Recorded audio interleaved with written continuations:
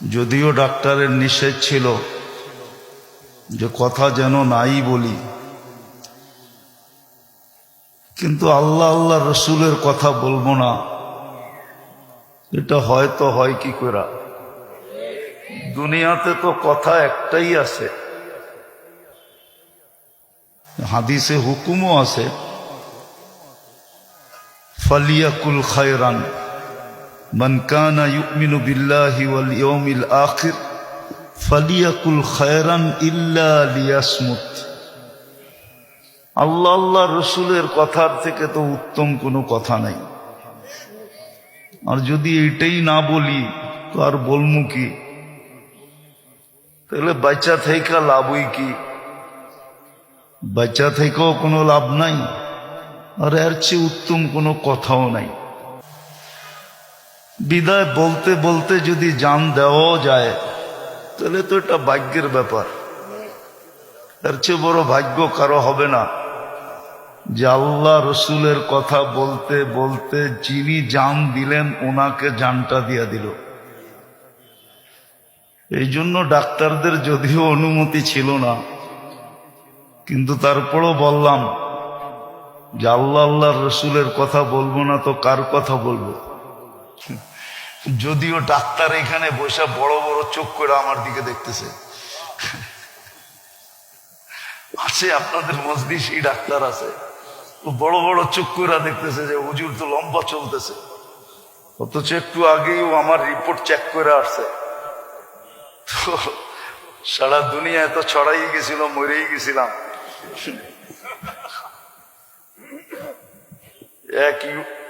এক মিডিয়ালা আইসা বলতেছে হুজুর আমার ভিউজ হয়েছে একদিনে 25 মিলিয়ন, শুধু আপনার মরণের খবর। এইবার বোঝেন ওর পোয়া 12 কিরকম হয়েছে। 25 মিলিয়ন 24 ঘন্টায় ভিউজ হয়েছে আমার মরার খবর। দোয়া করেন আল্লাহ হায়াত দেখ। আফসোস তো এটাই আমার যে এই উম্মত আল্লাহ চিনল না, আর আল্লাহর আর নিজের মাঝে সম্পর্ক বুঝল না।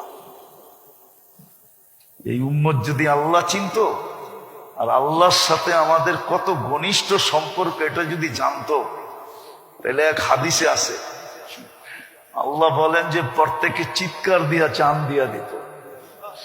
অনেক এক সময় কিন্তু খুশিতে মানুষ মারা যায়, খুশিতে, ঠিক না? হার্ট ফেল করে কি খুশিতে, ঠিক না? আল্লাহ বলে খুশিতে মরে যেত, আমরা জানি না। দ্বিতীয় আল্লাহ বলে তোর যদি মাপ চাওয়ার সুযোগ না হয়, মাপ চাওয়ার সুযোগ হলো না, লাউ আতাইতানি বিকুরাবিল আরদি খাতায়া, পুরো জমিনের পরিধি তুমি গুনাহ দিয়া ভরা দিলা, কিন্তু মাপ চাওয়ার সুযোগ হলো না। কিন্তু তৌহিদ আছে তোমার কাছে, অল্প হোক, লাউ আতাইতানি বিকুরাবিহা মাগফিরা, তো আমি দ্বিগুণ মাগফিরাত নিয়ে তোমার সাথে সাক্ষাৎ করব। তো যেটা ইমাম বুখারী রহমতুল্লাহ আলাইহি বুঝাইতে চেয়েছিলেন যে উম্মতের একটা সময় আসবে আমলের কোনো প্রয়োজন মনে করবে না। যেমন আমি একটা প্রমাণ দিলাম, 90% মানুষ নামাজ পড়ার প্রয়োজন মনে করে না, 90% মানুষ রোজা থাকার প্রয়োজন মনে করে না, মুসলমানের বেশিরভাগ সংখ্যার মানুষ যাকাত দেওয়া প্রয়োজন মনে করে না, হজ করার প্রয়োজন মনে করে না, সারাদিন বক্ষণ করে আল্লাহটা।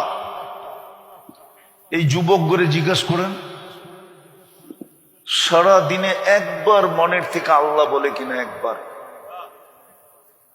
জিজ্ঞাসা করেন এদেরকে। সারা দিনে যদি একবার মনের থেকে আল্লাহ বলতো, একবার। এই মজমায় জিজ্ঞাসা করেন কয়জন আছে ডেলি 100 বার আল্লাহ বলে? আমরা আল্লাহ বলা প্রয়োজন মনে করি না, যদি এটা বড় আমল ছিল, বহুত বড় আমল। আরে রাগ হয় না, আমি বোঝানোর জন্য বলতেছি, আমি কারো বিরোধিতায় বলতেছি না, কাউকে ইঙ্গিত করে না। আমরা তো এই সমাজেই বড় হয়েছি, ঠিক না? এই দেশেই তো জন্ম নিছি, দাড়িটা তো এই দেশেই পাকছে, ঠিক না? আমরা তো দেখি সারাদিন নাম জপতে জপতে জপতে জপতে জপতে থাকে। এর 100 ভাগের 1 ভাগও যদি আল্লাহ জপত, তাইলে মনে হয় সব কুতুব হয়ে যেত, কুতুব। অথচ দলীয় প্রধানের নাম, ব্যক্তিত্বের নাম সারাদিন এতবার জপতে থাকে, সারাদিন জপতে থাকে। অথচ আল্লাহর নাম জপা সবচেয়ে বড় ডিউটি ছিল আমাদের। হায়, কোরআন তো এটাই বলছিল, কুতিলাল ইনসানু মা আকফারা। ও মানুষ, এই জন্যই তো 96 বার বলছেন আল্লাহ আর রহমানের ভিতরে 96টা নেয়ামতের কথা বলছেন। প্রত্যেকটা নেয়ামতের পরে আল্লাহ কি বলছে? ফাবিআইয়ি, এটার অর্থ কি? এটার আমার কাছে আরেকটা অর্থ আছে, দেখি এটা মনে লাগে কিনা। আল্লাহ এক একটা নেয়ামত বলছে, আমরা বলি আমার কোন কোন নেয়ামতকে অস্বীকার করবে। আমি এই তর্জমা মানি, কিন্তু আমি একটা তর্জমা আপনাদেরকে শুনাই। আল্লাহ যেন আমাদেরকে বুঝাইতে চাইতেছে, আমি 96টা নেয়ামত তোকে দিলাম, বল তুই আমাকে কি দিলি, বল তুই আমাকে কি দিলি, बता तूने मेरे लिए क्या क्या। আমি তো 96টা নেয়ামত দিলাম তোরে, তুই আমারে কি দিলি বল। উচিত ছিল সারাদিন আল্লাহর নাম নেওয়া।